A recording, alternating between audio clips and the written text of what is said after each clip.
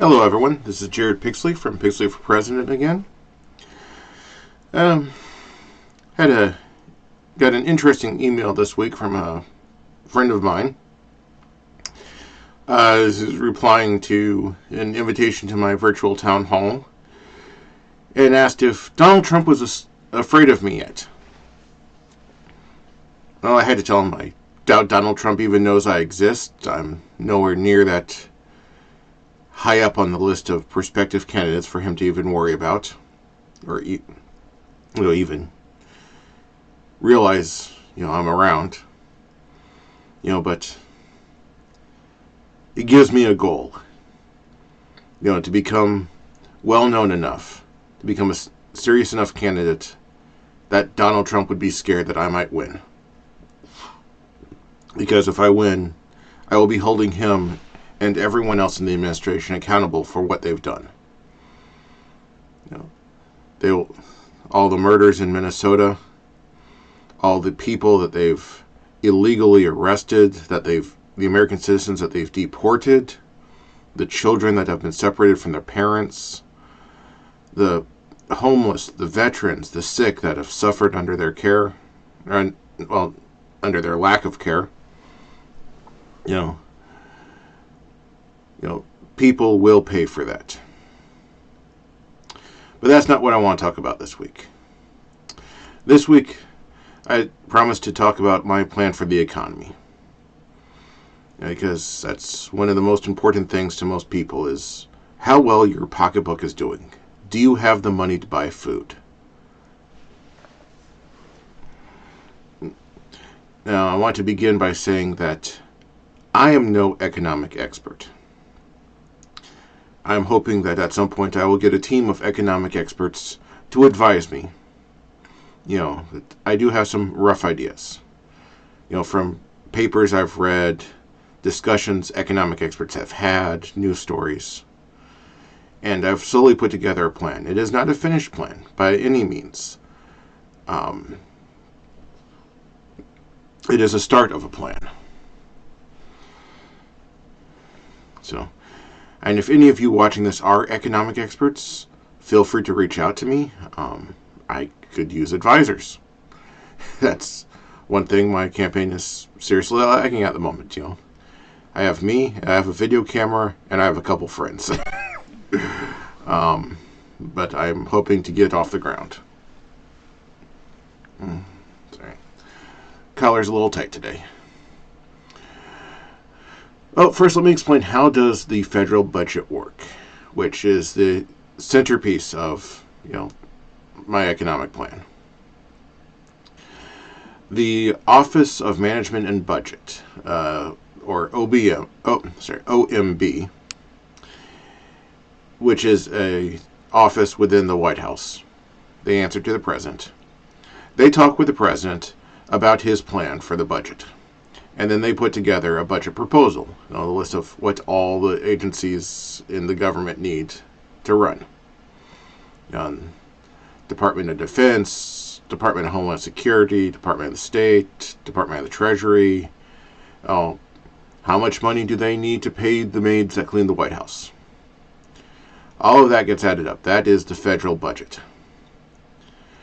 Well, that is the budget proposal at this point. The White House then sends this budget proposal to Congress. Congress constitutionally has authority over the purse. Means they control the money. Specifically, the House of Representatives controls the money. Any tax bill, any budget proposal starts in the House of Representatives. They vote on it. If they pass it, then it goes to the Senate. Now, other types of bills can get passed by the Senate and then go to the House. But financial ones start in the House. So, once it gets to the House, all the different committees in the House start slipping in their stuff. Or individual congressmen slip in their stuff. We need a little extra in this area here because I have a special interest. For example, we have a bunch of tanks just parked out in the desert The Army never asked for them. The Army didn't want them. The Army's never used them. They were produced and dropped off and forgotten, and have been sitting there for 20 years. Or more. I think I heard about them 20 years ago. Why? Because some senator wanted to keep a factory open in his district. Actually, I don't know if it was a senator or not, now that I think about it. Some congressman wanted to keep a factory open in his district that produced those tanks because it gave his people jobs. So he added extra in the bill, few $100 million to keep producing tanks that no one wanted or needed. And they're parked out in the desert because there's no water, so they don't rust. And there's a lot of little tiny items. I was reading, and I bookmarked it to go back to read more. It was like a $15,000 grant that had a very vague description, so who knows what it's for. And of course I have that on a computer that broke, so I need to find that again. All of this is called pork. The congressmen add their pork to the bill and pump up the numbers. So it's usually several, 100 billion more than what the president originally wanted. And then Congress votes on it, and that is the bill.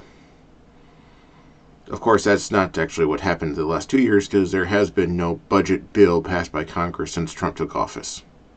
It's just continuing resolutions with special interest bills, such as the extra $100 billion for ICE or whatever it was. Extra $35 billion, I believe, per year for ICE for 4 years. That is how the process for the federal budget works. Now let's talk about some numbers. The U.S. federal budget is about $6.8 trillion a year. However, in 2024, the government only collected $4.9 trillion. That gave us a budget deficit of $1.8 trillion. That means we're spending $1.8 trillion more than we're taking in. Now, there is a difference between our budget deficit and our debt. The debt is how much money the U.S. owes, and that is accumulated year by year. So that $1.8 trillion plus the $1.7 trillion in 2023 and the year before that. Right now, our debt is $38.4 trillion. Now, we owe that money, but to whom do we owe it? Well, over the years, we've borrowed money from China, Japan, the United Kingdom, and many other countries. We owe Japan $1.1 trillion. We owe the UK $779 billion. We owe China $765 billion. Now, another $5.7 trillion, or about 17% of our debt, is actually owned by American citizens in the form of savings bonds. When you buy a savings bond, you're actually loaning the government money, towards that debt, or towards, to cover the deficit, and then that's moved into the debt.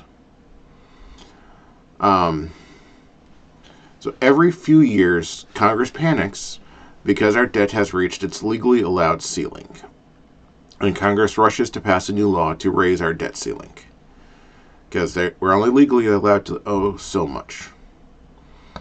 I believe right now, with their latest vote, we will reach our debt ceiling in 2027 or 2028. Probably 2027, the way that things are going. So yeah, our current debt ceiling is $41.1 trillion. Now, there's two ways to fix the budget. Either we collect more money, or reduce spending, or C, we do all of the above, which is my plan. Now, I don't have access to a lot of the information I want. The budget is available online. Of course, it's very dense, dry, accounting reading. While I took college accounting, I then immediately dropped that major because I was bored out of my mind. Other information like what we actually need, that is harder to get a hold of. But this is using the numbers that I can find. And like I said before, I would love to have some advisors to help me out. So once again, if you know anyone, have them contact me. You can contact me through my website. There's a contact link there. So, in order to collect more money, the number one thing I want to do is end Trump's tax breaks for the wealthy. The Congressional Budget Office estimated, and this is 2024 numbers, because those were the numbers that I was able to get when I was writing this. The 2024 numbers, ending those tax breaks, would generate an extra $400 billion a year. Now, I know last summer, in the one big bill, he increased, I'm actually not sure if he increased or extended those tax breaks, but there were another tax breaks for the top 2% earners. Anyone earning over $500,000. Yeah, there's one for anyone earning over $500,000 a year. And then there was a further tax break on anyone earning over like $10 million a year. I believe I read that, and I'm just going off my memory, so I could be wrong. But there were tax breaks in that bill. So, extra $400 billion a year in taxes if we just end those tax breaks. That covers 1/5 of the 2024 deficit. So that's a huge step. We go from 1.8 trillion deficit down to 1.4. We just shaved off $400 billion. The Congressional Budget Office also said that there's certain write-offs that they could end. I don't actually have details on exactly which ones. I just found articles citing the Congressional Budget Office on this. I couldn't find what the CBO actually said specifically. But, certain write-offs could shave off another could get us another $100 billion in dollars. Another $100 billion a year. Which also a little bit more towards the deficit. Now, I have been considering the wealth tax. Maryland did it, and from everything I've read, it turned out pretty well. They just charge an extra 2% capital gains tax on anyone with an adjusted income of $350,000 a year or more. And they estimated it would generate about $1.6 billion in extra tax revenue. And that's just for Maryland State. The state of Maryland. Now, if I did this nationwide, I could get us another $75 billion or even more, because there's more, millionaires and billionaires in California and New York than there are in Maryland.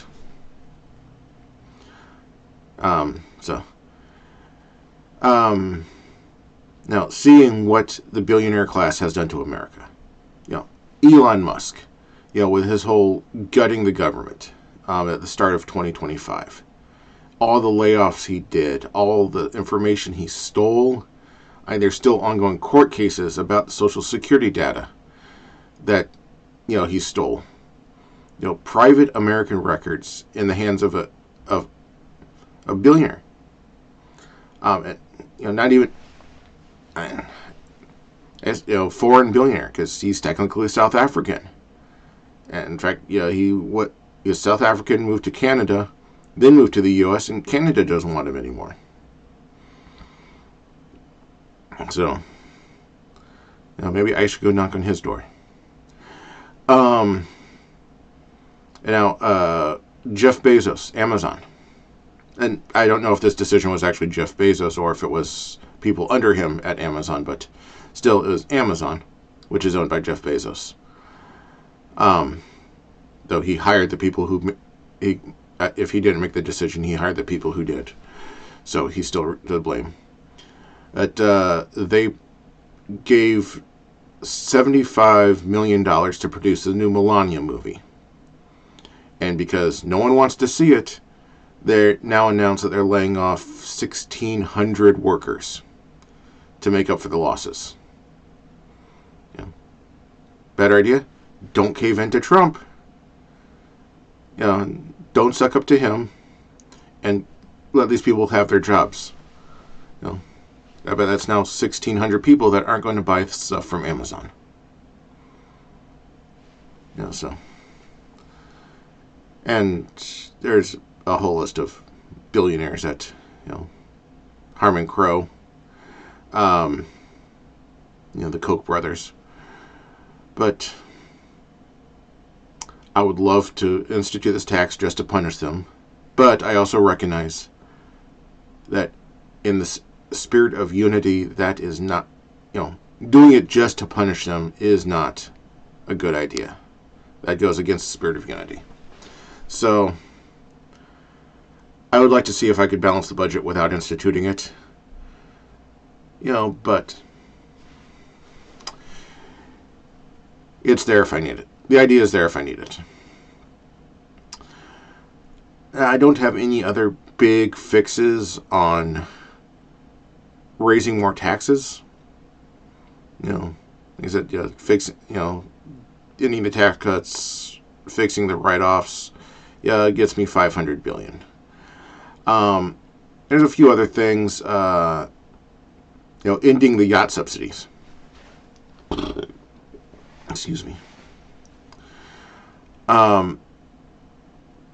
People who own yachts can write off their mortgage payments from their taxes, and that might be what was included in the CBO's suggestion to fix what can be written off. It's supposed to be for people who live on houseboats as a second home. But according to recent studies, most of the people claiming it are doing it for their yachts. And specifically are millionaires who are doing it for their yachts. And there is no proof that they actually live there for the specified amount of time for it to qualify as a second home. I'm in favor of ending it. Though they estimate that would just earn us an extra $15 million. That's a drop in the bucket. Another idea, which is still very rough, I don't have exact numbers for this, but I've been considering an ammunition tax. For one, mass shootings are a major problem.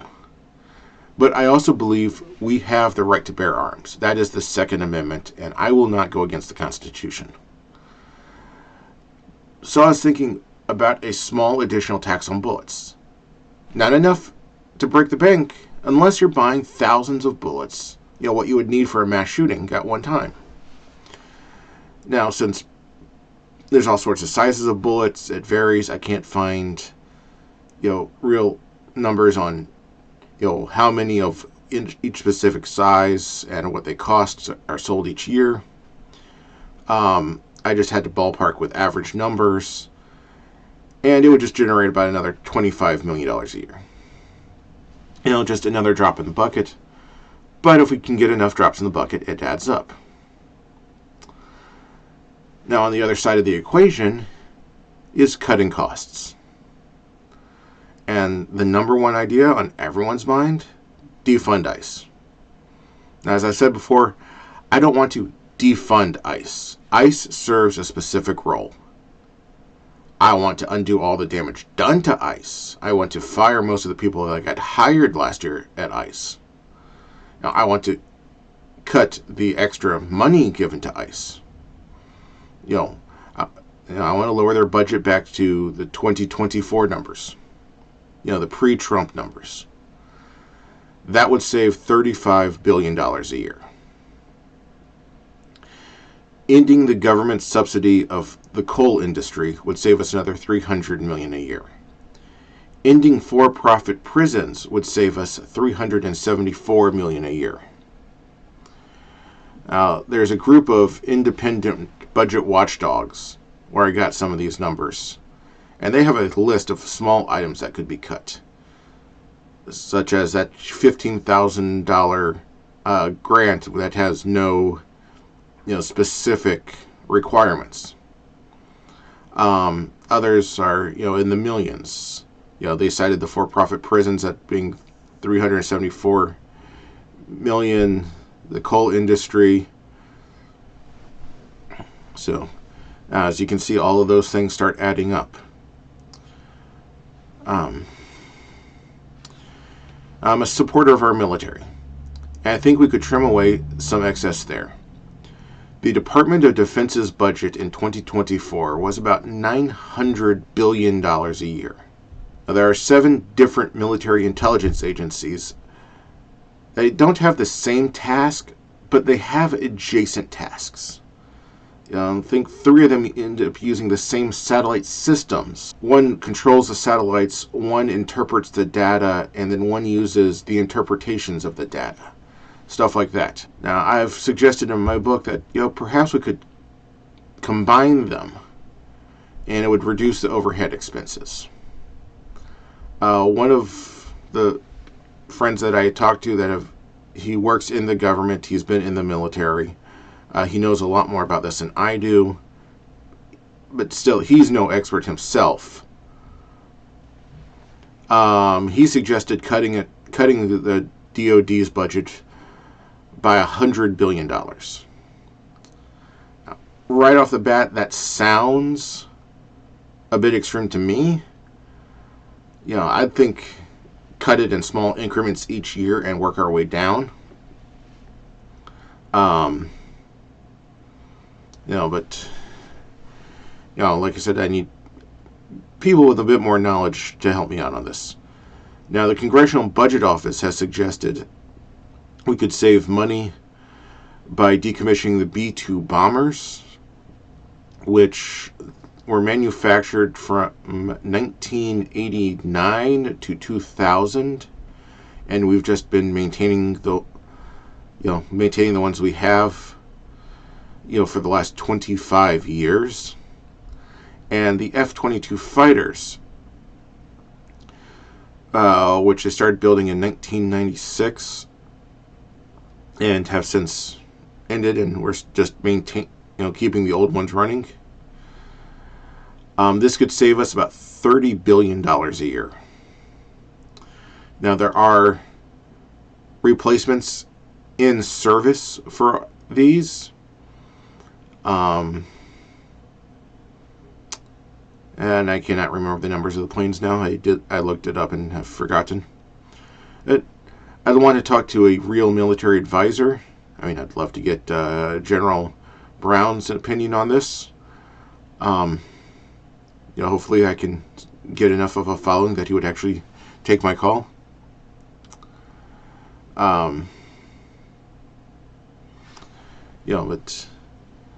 There's spots where we could cut costs. And I think my entire list came up offhand to about $100 billion of reduced spending.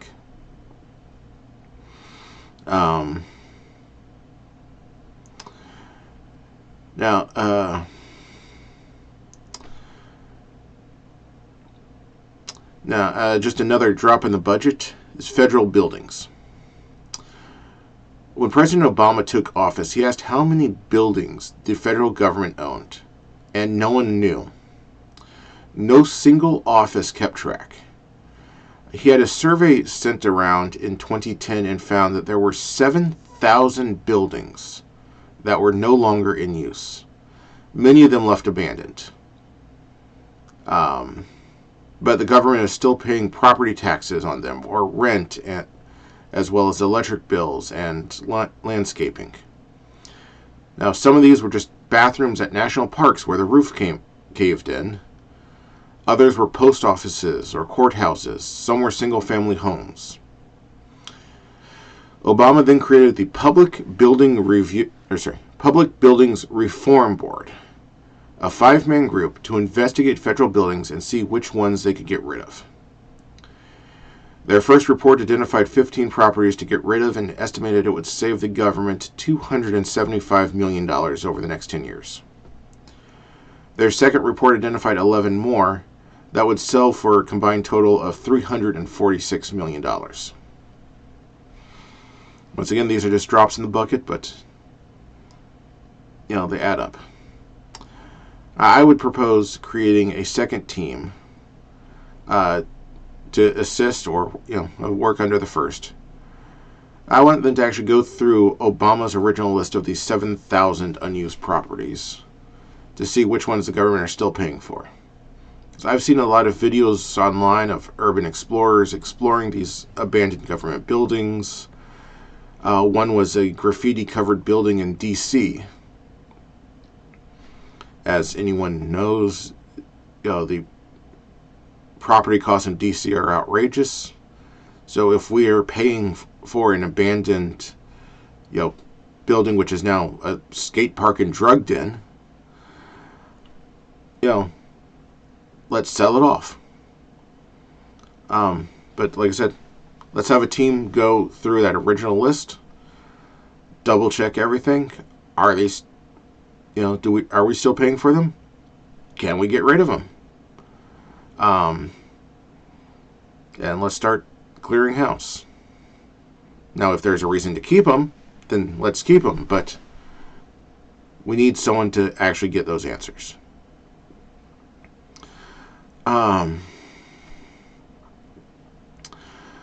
Well, I have one additional thought on reducing our deficit, but it's more of a question.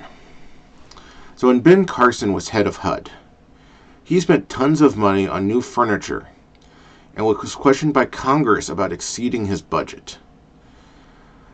A couple months ago, Kash Patel, the head of the FBI, took a government jet to visit his girlfriend. Then went to 2 different cities on that flight. Now, there's a lot more of this. We have people that are wasting taxpayer money. It's a government jet. Government paid for the fuel. Government paid for the flight crew. Ben Carson had a $10,000 redecorating budget. He spent $100,000. I don't know what the number was, but it was insane. And supposedly he bought an entire new dining set for his home out of that redecorating budget when it was for his office. But people are wasting taxpayer money. Did any of them pay it back? We've questioned them. We've shamed them publicly. It's in the news. But did they write us a check? Did they say, oops, my bad, here's the money? Now, I don't know.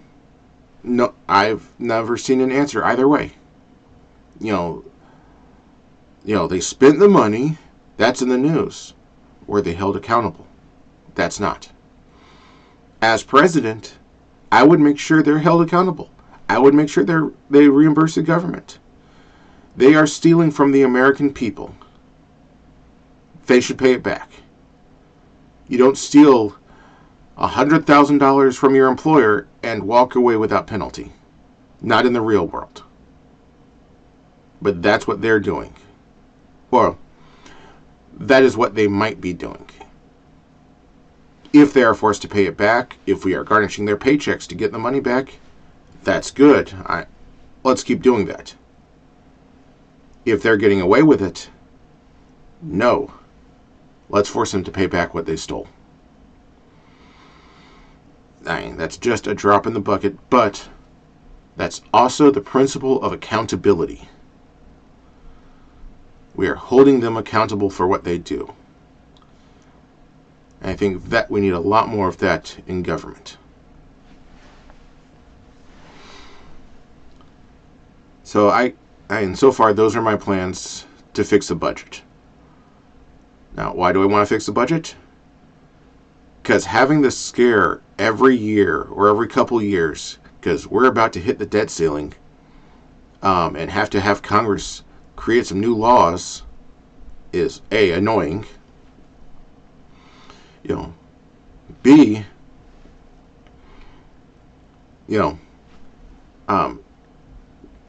Denmark is cashing in their debt, $9 billion.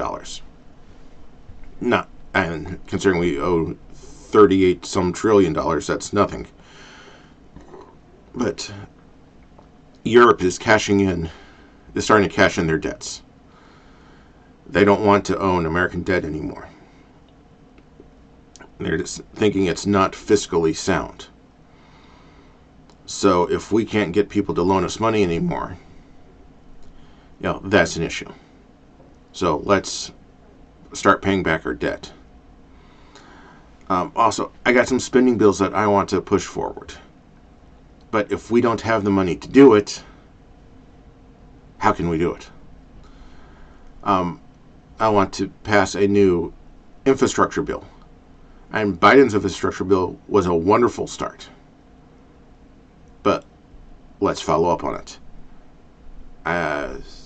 So much news has happened, but January 2025, I believe, or February 2025,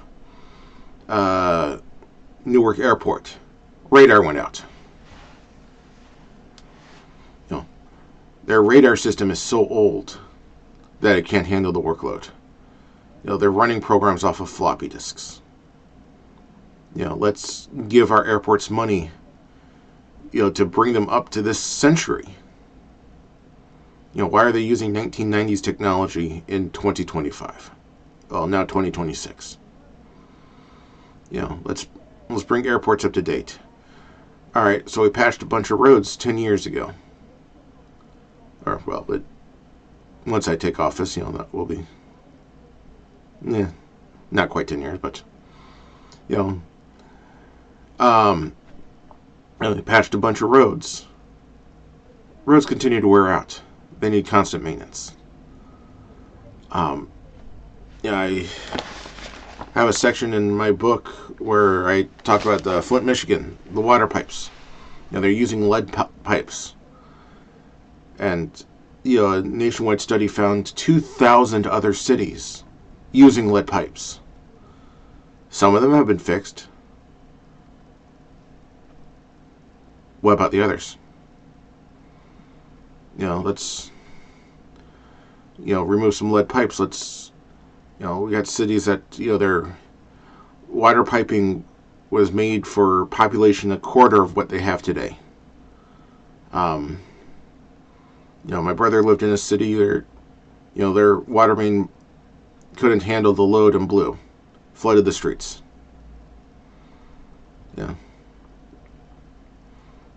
So, now I'd like to do a follow-up infrastructure bill to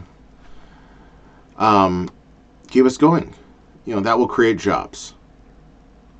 Jobs give people paychecks. People with paychecks are happy. People with paychecks are happier than people with no paychecks, I think. I'm happier when I have a paycheck. I want more money for the Department of Education. I think there's a lot of work we can do in our education system. I don't really know what it is that we can do, but I do know we need to improve it. I'd love to have a committee of people who know the system to help me decide what needs to be done. I want to expand Medicaid. I think healthcare should be a human right, not just a right for those who can pay for it. The Affordable Health Care Act was a good start. Let's go a step further. Biden had a program for small farmers. And a friend of mine who is a small farmer had never even heard about it. Until I pointed out, hey, here's these programs. Here's what they were. But Trump ended them. One was that there was extra money for the Department of Education so that schools could buy foods from local farms to A, give students healthier food, and B, give local farms more business. let's bring back some money, some stuff like that. And local farmers are hurting. And the whole soybean industry going down. Farmhands being deported. Crops rotting in the fields. Let's do something for the farms. Oh. The only other thought I have on the matter is a more personal one for me, but if elected, I would put a portion of my paycheck towards savings bonds to help with the debt. To buy up my share. To carry the load. I'm thinking, $5,000 the first year, and then see how it goes from there. There's a lot of stuff that I will need to buy as presents, such as a bunch of suits to wear every day, because I currently have none. But that's nothing. Towards the national debt, but I'm just one person. I can only do so much. But I'm willing to do what I can. And that's all I can promise. And I would encourage more people to buy savings bonds. And we have this huge debt, but let's take it away from other countries and let's invest in it ourselves. But let's also fix the problem and start paying down our debt. So I will work to balance our budget. I will make cuts. I'm looking at offices within the White House I could cut. And if I have to fire one of the maids, to lower the expenses, I will. And I don't want to take anyone's job away, but if we can't pay for it, we can't pay for it. So that is all I have this week. And I realize this is a lot longer video, but this is a much more dense topic than previous videos. I did ramble a bit. But check out my social media. Subscribe if you haven't. Go to Amazon, buy my book. The 3rd edition of it is out, updated through December of 2025. You can contact me on my website to get my monthly newsletter. And I will see you guys next week. Goodbye.